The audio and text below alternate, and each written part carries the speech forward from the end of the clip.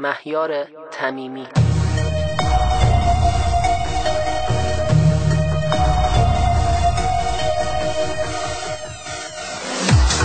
با نگات توی دلم بی اجازه با گذاشتی رفتی یای کوه غم روی سینه جا گذاشتی. خواستم از تو بگذرم ولی دل گفت که نمیشه. اومدم تو شب چشمات گم بشم واسه همیشه.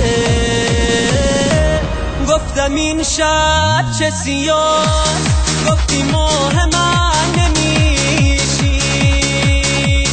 این سیاهی از کجاست، نور راه من نمیشی. نور راه من نمیشی. گفتم آسمون من هیچ ستاره ای نداره. گفتی دل جای دیگه است، راه چاره ای نداره. راه چاره ای نداره.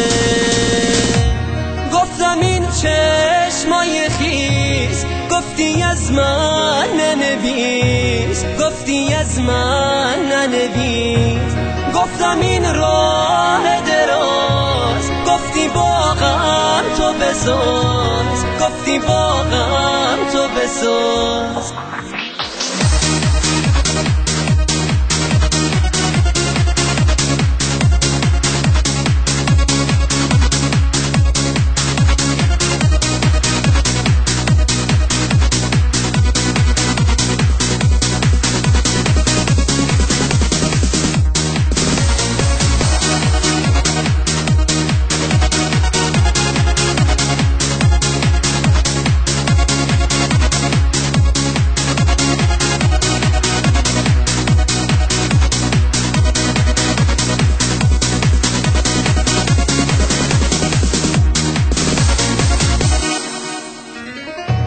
گفتم حرفی تو بزن، گفتی که نه تو نه من. گفتی که نه تو نه من. گفتم اما میمیرم، گفتی که باید برم. گفتی که باید برم.